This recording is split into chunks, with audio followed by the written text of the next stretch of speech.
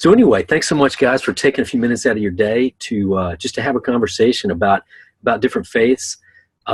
It's a personal thing that I started about a month ago, and of really reaching out to a lot of different faiths to try to understand, who they are and what they believe. And we're just bombarded with negative, hyped up images and concepts from the press that from what I'm experiencing so far just don't match reality. And so I just really want to start a conversation because I believe this is a huge issue. I think there's a lot of misunderstanding and mistrust amongst different faiths. And, it doesn't mean we don't all have to agree. We don't all have to believe the same thing, but we can show each other respect, and we can work together when it makes sense to for the common good. So really that's my passion. And that's really, I guess, the purpose of the video. As you all know, I had shared with you, I recently visited an Islamic leader in Atlanta and had a conversation with him more from the perspective, I guess you could say, I don't know the right term, but the clergy, but in a leadership position. And I asked him several questions about the Islamic faith, and was very, very very impressed with the man, very intelligent, very gracious. I came into his mosque looking like a hillbilly. I hadn't shaved. I wasn't trying to show disrespect. It's just how I happened to be dressed that day. I had a baseball cap on, and he was just so gracious, and frankly, much more gracious than you would typically experience in a Christian church, frankly. If someone came in, to a church looking so differently than most others. So I really appreciated that and respected that about him. And I know y'all have the Islamic faith as well. So let's get started with some questions here. So the first thing I want to do, I'm going to share a screen here if I can. There's a recent Gallup poll. I believe, yeah, that's it right there. There was a recent well, shit, that's not it. Hang on. There was a recent Gallup poll that it's kind of funny in a way, but it's not really. But that talked about this concept of Islamic phobia, and I want to bring that article up real quick. Islamophobia. So there's this. It's actually gotten a term. And it's from Gallup. And by the way, the overall results of this Gallup poll is most Americans have an unfavorable view toward the Islamic faith. And so it defined this concept of Islamophobia as, trying to find out where it defined it.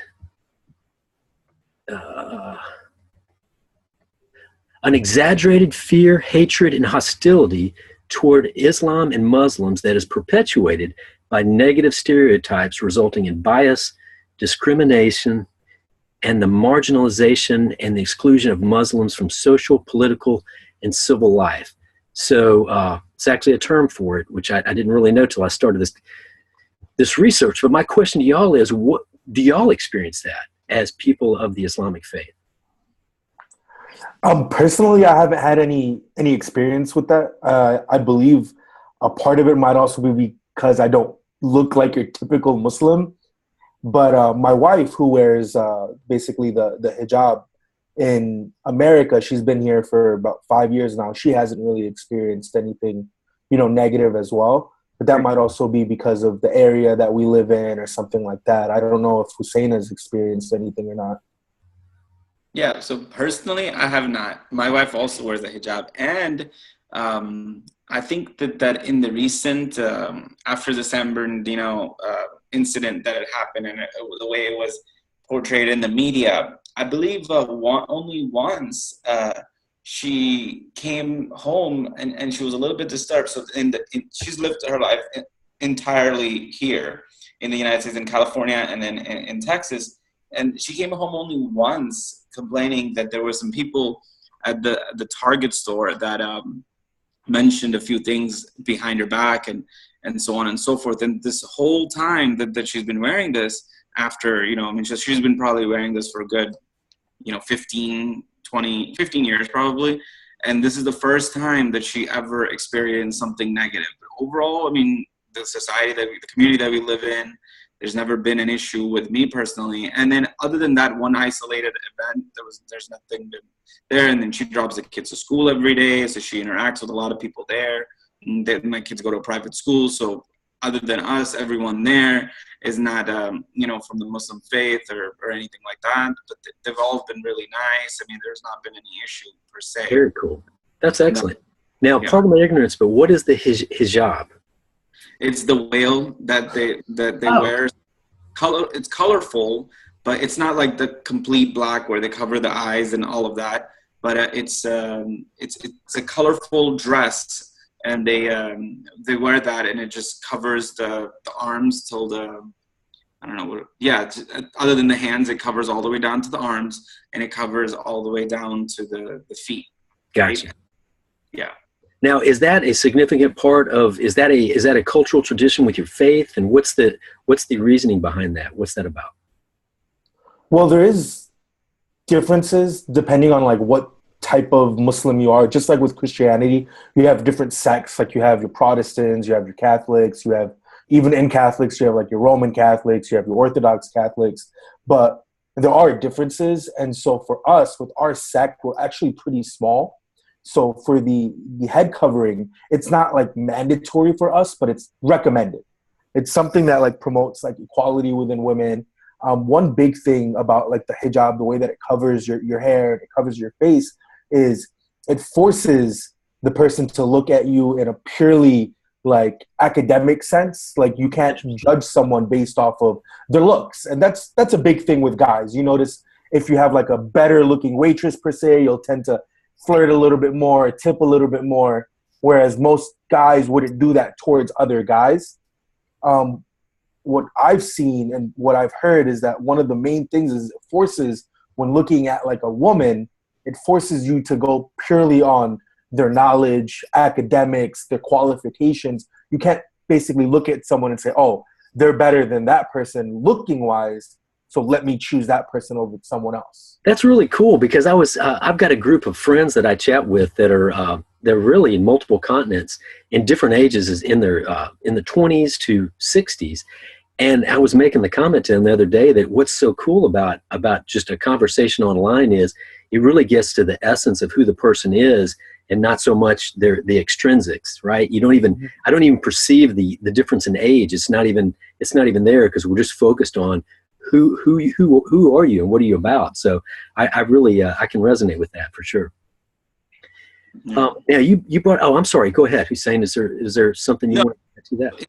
The way our hijab is, it's a little bit different from the other people. So in that, so the basic context of the hijab is coming from like, per se, like the Quran or the Sharia, that you're supposed to cover yourself, right? But then every different part of where you're from in the Islamic, you know, whatever, right, country, like someone who are from India, so they've adopted that and mixed like the Indian culture with it. So it's a little bit different from then what like an Iranian or Persian person would wear to where like, you know, somebody from the Saudi Arabia would wear, right? Because they so that's why ours is a little bit different than, or different looking than the more orthodox ones. Makes sense. And you mentioned the different sects, and I think that's interesting because, well, I want to bring up an issue here that it may be a little bit uncomfortable for Christians to hear, and I'm maybe being an intentionally a little bit prodding, because I'll be honest with you, I've reached out to a variety of faiths the last month, and everyone in general has been so gracious and willing to share, ironically, except the Christians. I've reached out to half a dozen Christians, and I've yet to have one person agree to, well, I've had one person say maybe, but I won't do it on camera. And then another person has agreed to, but I can't get in touch with them. But I've yet to have someone actually do an interview that's a Christian. And I find it ironic that, to me, that's indicative of a Christian that doesn't understand their faith. Jesus didn't isolate himself from others, right? And if your love is real, then and you think it'll help other and benefit other people, then the last thing you want to do is isolate yourself from others, right? So it seems to me that Christians feel inherently uncomfortable around being around people that don't believe like them. And I think, frankly, I think it's kind of goofy, but secondarily, I think that it represents someone that really doesn't genuinely understand what their faith is. But you talked about different versions of or different sects of the Quran, of the Islamic faith. And I wanted to ask you, because, well, apparently there's different versions of the Quran, and I heard from one gentleman that Saudi Arabia has a version of it that is has got some of the more insightful type translation, I guess, of that scripture. Now, are you familiar with that? Is that accurate? No, so there's only one Quran. There is no different version. But what the Quran, just like any other book, right, of its time, there's a different, translations of it, right? Exactly. That's what I'm trying to say.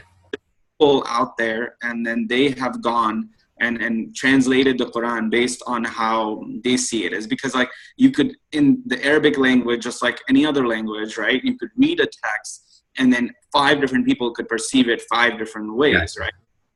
So every major country, it's wrong to divide them country, but every major sect of Islamic faith has taken who they feel has the best translation skills or whatever, or they want to go by, and then they run by that. So some are going to be more strict, some are going to be more lenient, some are going to put more emphasis on certain items that are covered in the Quran. Some are going to leave those certain items out. You know what I'm saying? Yes. And then with the Islamic faith, what you have what is loosely referred to as Sharia, right? So you'll hear that thrown around all the time. Sharia law, Sharia this, right? Yes. Yeah.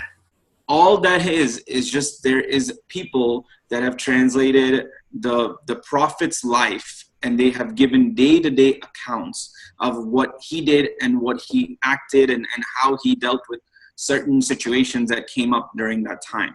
And in that, there's different people that have put their own spin on certain things. So our sect will follow certain one person's description of the items, and then for, say, Saudi Arabians would follow a different person. And then the struggle between that is, we will say, no, he is completely wrong. And they will say that we are completely wrong, right? So then that's how the internal conflicts arise between that. But that's how you get different views, and some people being so, fundamental and stuck on certain things. And then you get the more lenient ones that are like, okay, well, like that. I got you. That makes sense. Well, and certainly the Christian faith has that as well. But, and that's what I was talking about, the different versions, I guess you could say. But what's interesting is, there's this stereotype. As a matter of fact, I was recently talking to a Christian friend of mine, and I can't think of who it was. It doesn't matter. But, he brought up this issue that you hear of kill the infidel. Now, here's the thing. I'm in the process of reading the Quran right now.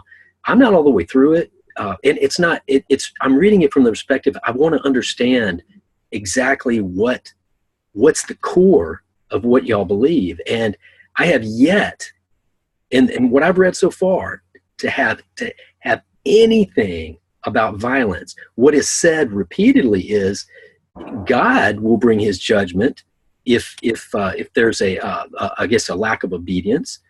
So it clearly says that, but I have yet to read anywhere where it incites people to violence. Now, would you, from your perspective, do you agree with that? Yeah, 100%. We would agree with that. Like, we, from the day, we're pretty, me and Shaq both are pretty avid, quote unquote, if you want to say it, mosque goers, right? Like, we go all the time.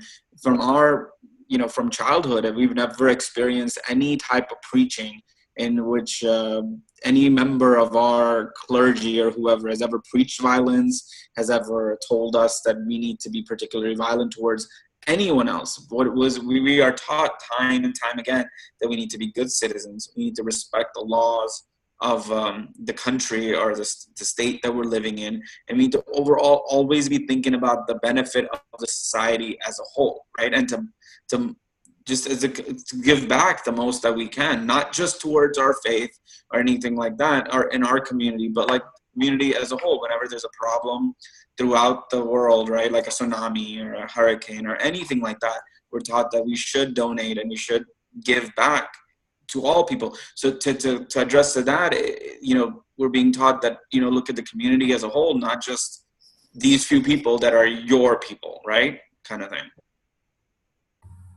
Very cool. Shaq, you want to add something? Or so it kind of goes off of with the term jihad, right? That's what a lot of people say. Oh, jihad means to fight for Islam, to fight for this, to fight for that. But one of the main translations to jihad is the struggle. It's about fighting a war, fighting a battle, but you can fight on multiple different ways. When you fight for your rights, are you necessarily picking up a gun and shooting a bunch of people saying, oh, I'm fighting for my rights? No, you protest, you write letters, you do things like that. And so the big thing is it's about a translation. So when they say it's a struggle, it's a fight for what you believe in, it doesn't necessarily mean pick up arms and go kill people. Yeah, you can pick up arms and defend yourself, but it's more of a fight with knowledge, fight with, with your voice, with your actions, what you're able to do to help promote things that make a difference, right? So it's more of a Martin Luther King type struggle versus like a Malcolm X, where he went around, he blew up a bunch of stuff to try and achieve the same goal as like Martin Luther King, who basically walked and did speeches and things like that. Very well said.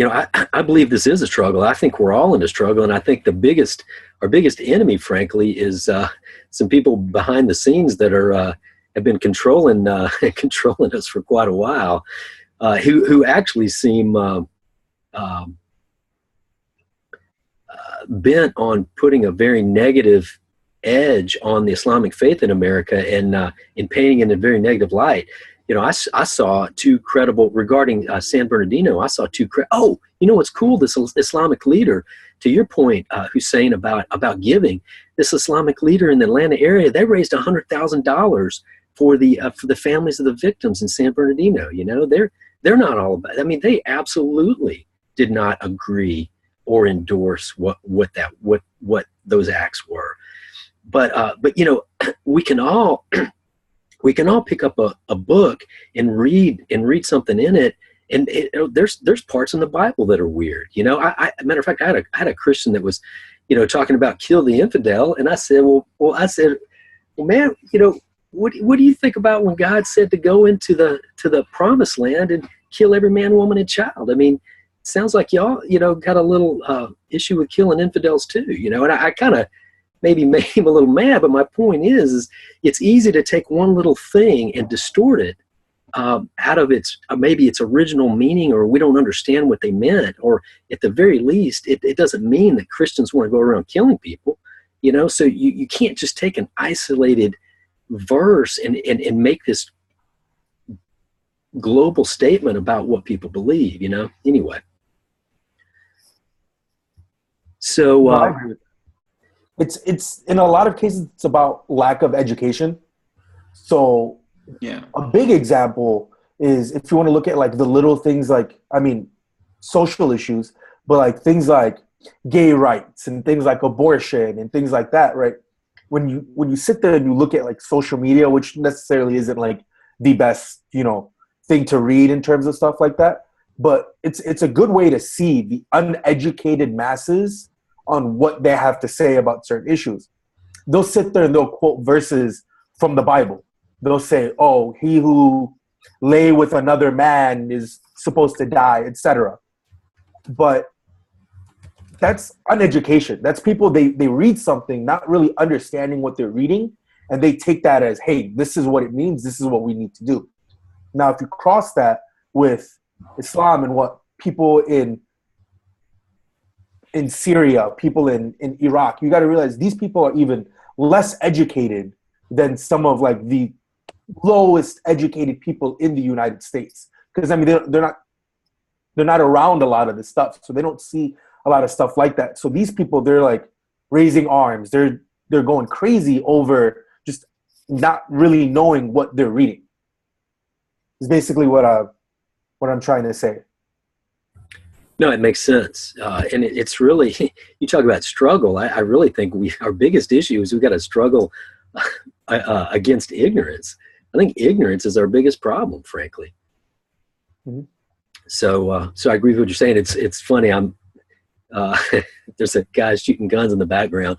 I'm out in the country, so it's kind of making me chuckle a little bit. But okay, so I want to pop up an article here that I recently read and make a comment and get y'all's thoughts on it. Let's see here. So, if you can see that, a professor who said Christians and Muslims worship the same God is about to be fired. Now, granted, it's at a Christian theological school, but the comment they made, if you can see that, is while Islam and Christianity are both monotheistic, we believe there are fundamental differences between the two faiths. And the point, my point is, we don't all have to agree, right? But it's kind of like saying some people believe that Obama is a U.S. citizen, and some people believe he isn't. So one guy's saying, you don't believe in Obama because you don't believe he's a U.S. citizen. They both agree that Obama is the president. They just see him differently. And that's kind of the way I see Christians versus Muslims. According to the monotheistic belief, there's only one God. If there's only one God, I mean, even if someone's wrong, even if there's a perspective that is not 100% accurate, they're still both seeing the same God, right? I mean, so let's focus on what we have in common and work together. Your thoughts? Sure, go ahead. Well, the Arabic translation for Allah is God. So we do believe that there is only one God. And to take that one step further, what the Jews believe, I think it's Yahweh is the Jews who believe their God is. To us, it's all the same God. Because one of the things that like we believe is that it's basically like a progression. So you started off with the Torah, and then when the Torah became semi-irrelevant, then you went to the Bible. And then when the Bible became semi-irrelevant, then the Quran was released. And so they're talking about the same thing, but you're also talking about like human sin. One big thing about the Bible is it's very common knowledge that, the King James version of the Bible is widely accepted as the main version or the most true version of the Bible. Now, what a lot of people don't know, but it's kind of like common knowledge, is that King James, when he assembled the Bible, he just went and said, oh, I like this. Let me throw this. Let me put this in. Oh, I don't like what this says. Let me throw that out. So he basically picked and chose what he wanted to be in the Bible. And so when that happens, you believe that, the word of God is no longer the word of God. It's the word of what you say is the word of God. That's when we believe that God said, you know what, you guys changed it. So now let's bring out a new book so that people can understand, hey, this is what's going on. This is what needs to be done. And so, yeah, we do believe that it is the same God, just people worship differently, I guess. Gotcha. Yeah, well, my point is even if one group, maybe there's a hypothetical different group that has some really completely erroneous ideas about God. If they're going in their heart, I know there's a creator, I know there's a God, that created all that is. He's seeing the same God. He may have some really goofy ideas about who God is or what he's supposed to do, but that doesn't mean he's not recognizing what I believe almost every soul can innately sense, and that is there's a creator. That's how I see it. But you talk about the different, how maybe the Bible has some distortions in it. Maybe not. I know that's a very touchy subject for some people. Mm-hmm. But even my understanding is there's different canons of the Bible, and even the canon that Christians widely accept today as the canon, my understanding is 6 of the books that made it into the canon were heavily contested, one of which was Romans. So even the canon that is agreed upon as Christians as the official canon, there was not a universal agreement about which books in that canon were the inerrant, inspired Word of God. Yeah, but I mean, just to reflect back, I mean, as long as you're in a monotheistic faith, it's still the same God. I mean, like, how you worship or what you believe or what happened after that. I mean, that's all left to, whichever faith you follow. But if you're a monotheistic faith, Judaism, Islam, and Christianity, it's all the same God. I mean, you can't say that there's one God, but then it's different for each faith. And since I can only speak from the Islamic perspective, we believe that, we came from all the religions before, so the God didn't change, right? So if the Christians are believing in one God, and then we came later and we believe in a monotheistic faith, then we believe in the same God. So from as far as like the Islamic faith is concerned, it's the same God. I mean, it has to be.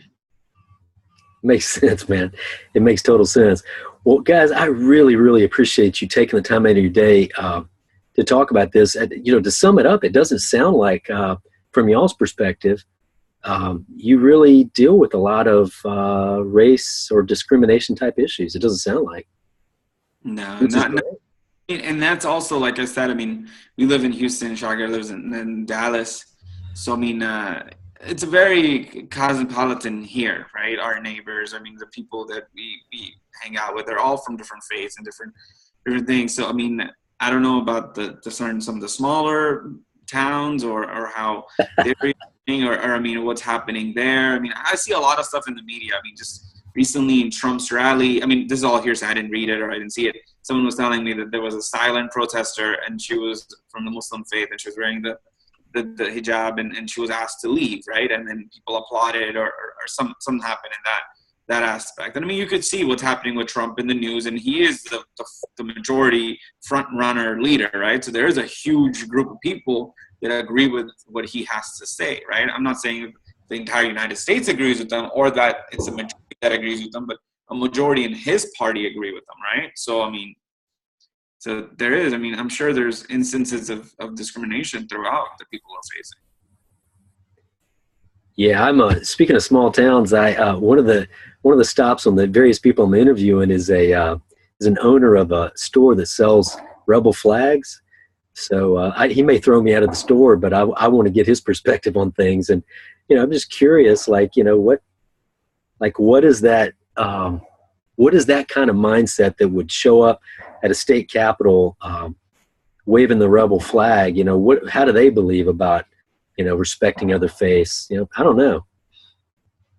Anyway, but hey, thank you all again so much, and I appreciate your insights and perspective, and I've certainly learned a lot. Appreciate it, Wayne. Thanks for having us. Thanks so much. Have a great day. Take care.